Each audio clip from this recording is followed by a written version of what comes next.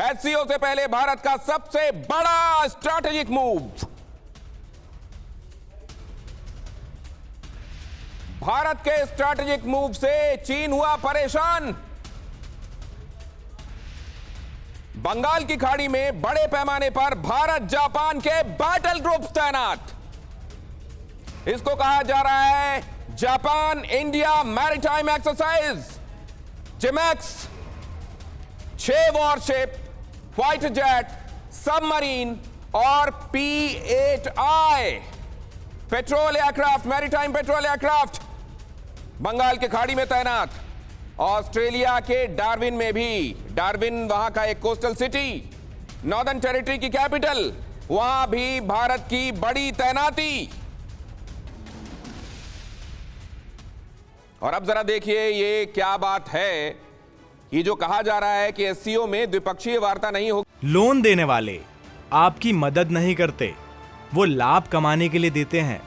तो कौन अच्छा है और कौन बुरा है जानना चाहते हैं तो फ्रीडम ऐप को अभी डाउनलोड कीजिए। पीएम मोदी और शी जिनपिंग के बीच में ये क्यों है? आप ये जानते हैं कि 2017 में जब डोकलाम चल रहा था तब ब्रिक्स की बैठक में मोदी जाएंगे या नहीं, इस बात पर मोदी ने कह दिया था मुनहसर है कि आप डोकलाम से पीछे हटते हैं कि नहीं हटते हैं। उसके बाद वहां से तनाव हटा था और हिंदुस्तान की तरफ से प्रधानमंत्री नरेंद्र मोदी ब्रिक्स में हिस्सा लेने के लिए गए थे।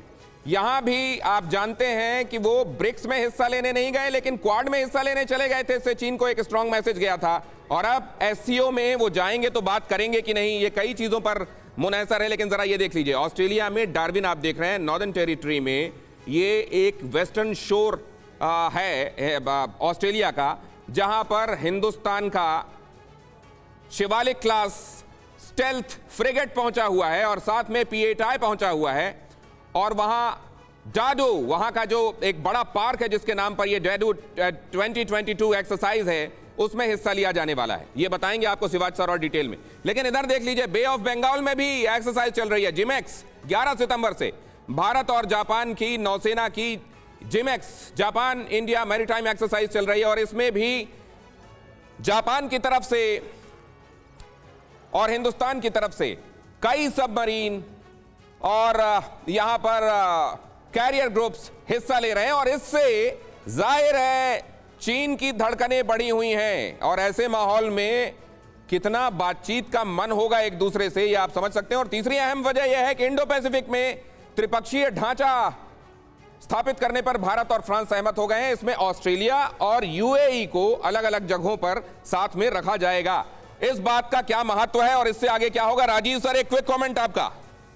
देखिए, बहुत ही अच्छा यह कदम है। देखिए, ये एससीओ जो है, एससीओ कोई बहुत बड़ा रप्चर तो अभी लाने जा नहीं रही है। एक रूटीन मीटिंग्स होती है जिसमें कि हम ऐसे मुद्दों पर बातचीत करते हैं जिस पर कि हम बहुत दिनों से बात कर रहे थे, इससे आगे बात बढ़ा है। लेकिन जो हमारी सुरक्षा की समस्या है वो उसे हम भूलना नहीं चाहिए। और वह चीन आज के दिन में समस्याएं पैदा कर रही है, भारत को भी, अपने पड़ोसी राष्ट्रों को भी। यहाँ तक एससीओ का एक एजेंडा भी है कि अच्छा नेबरहुड होना चाहिए, अच्छा नेबरहुड की स्थापना की जानी चाहिए, जो कि संघाई स्पिरिट में कहीं भी, और संघाई के जो लोग चाहे पेचिंग की स्पिरिट में कहीं भी नजर नहीं आती। तो ठीक है, हम लोग अपनी तैयारी रखें, हम अपना रिजर्व अपना रखें, हम अपनी तैयारी रखें और अपने इंटरेस्ट को सामने रखकर आगे चलें। देखिए, दर्शक कितने ध्यान से अड़ी देखते हैं। अभी किसी दर्शक ने मेरा ध्यान दिलाया कि आपका जो पॉकेट स्क्वायर है वो बाहर निकलकर गुलदस्ता बन गया है। थैंक यू वेरी मच, मैंने इसको सुधार लिया। लेकिन अब ये अहम खबर देखिए, पीएम मोदी पुतिन की द्विपक्षीय बैठक पर दुनिया भर की निगाहें। व्यापार, रक्षा समेत कई बड़े मुद्दों पर हो सकती है बातचीत। रूसी फर्टिलाइजर इंपोर्ट और आपसी खाद्य आपूर्ति पर चर्चा संभव। भारत को रूस के साथ 3 साल के फर्टिलाइजर इंपोर्ट डील की उम्मीद। और ये देखिए जरा अहम खबर, इसी को इलैबोरेट करते हैं, जरा ये एंगल भी समझ लीजिए। यूक्रेन और नेटो से तनाव, ये मैं किस संदर्भ में कह रहा हूं? विश्व नायक, द चेंजिंग वर्ल्ड ऑर्डर में जरा देखिए, रूस के साथ समस्या यह है कि उनका यूक्रेन और नेटो के साथ तनाव चल रहा है। चाइना के साथ समस्या यह है कि ताइवान और अमेरिका से तनाव चल रहा है। ईरान के साथ मसला यह है कि वो इजराइल से लगातार तनाव की स्थिति में रहते हैं। लेकिन हिंदुस्तान अपनी तरफ से कभी किसी को परेशान नहीं करता और इसीलिए उसके शब्दों में, उसकी बातों में कन्विक्शन होता है। और इसीलिए वो कन्विक्शन विश्व शांति का बायस भी बन सकता है और इसी कन्विक्शन की वजह से हिंदुस्तान बन सकता है धर्म विश्व गुरु। और जरा देखिए, चीन से रिश्ते सुधारने में हिंदुस्तान जुटा हुआ है। हिंदुस्तान अपनी तरफ से कभी किसी को परेशान नहीं करता, जो परेशान करता उसे छोड़ता नहीं, लेकिन फिर भी आखिरी वक्त तक उसको समझाता है। रूस सबसे अच्छा दोस्त हिंदुस्तान को तस्वुर करता है। अमेरिका रिश्ते मजबूत करने में हिंदुस्तान के साथ जुटा हुआ है, अपना बहुत मजबूत स्ट्रैटेजिक पार्टनर उसको मानता है। अब जरा देखिए, हिंदुस्तान 2022 में भारत की जीडीपी ग्रोथ का अनुमान 7.7%। इसको जरा क्लोज कीजिए, केवल इतने हिस्से में कैमरे को रखिए प्लीज, केवल इतने हिस्से में। चीन की जीडीपी ग्रोथ 3.3%। अब जरा ये देखिए, रूस की इकोनॉमी, आप जानते हैं रूस यूक्रेन मुद्दे के बाद ये इकोनॉमी लगातार गिरती जा रही है, इसको संभालना एक बड़ा चैलेंज है।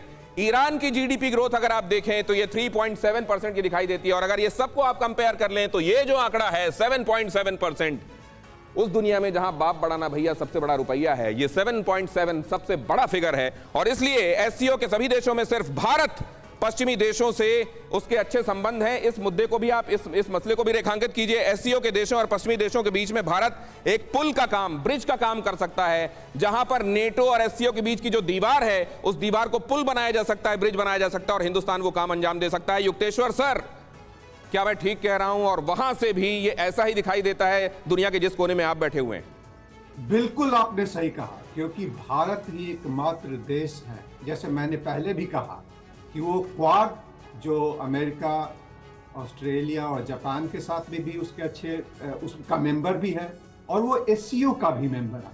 और ये हमारा पुराना से ही ये कहते हमारे हैं कि वसुधैव कुटुंबकम, जो हमारा जो स्पिरिट है, चाहे वो बुद्धिज्म में था या हिंदुइज्म में था या 2,500 वर्ष पहले से, वो उसको हम लेते तो ये बात गोल घूमकर वहीं आ गई कि अगर आपके वर्ड्स और आपके डीड्स मैच करते हैं, एक्शंस मैच करते हैं, आपके शब्दों के साथ आपके काम मैच करते हैं, तो दुनिया आपका एहतराम करती है। हिंदुस्तान इस समय ऐसी ही छवि के साथ एससीओ में मौजूद है। कैसे अनफोल्ड होती हैं चीजें, इस पर निगाहें रहेंगी। आप सबका बहुत धन्यवाद। हमारे संवाददाता आशीष हमारे साथ जुड़े हुए थे समरकंद से, उनका बहुत धन्यवाद। आप सभी दर्शकों का हृदय से आभार। लोन देने वाले आपकी मदद नहीं करते, वो लाभ कमाने के लिए देते हैं। तो कौन अच्छा है और कौन बुरा है, जानना चाहते हैं? तो फ्रीडम ऐप को अभी डाउनलोड कीजिए।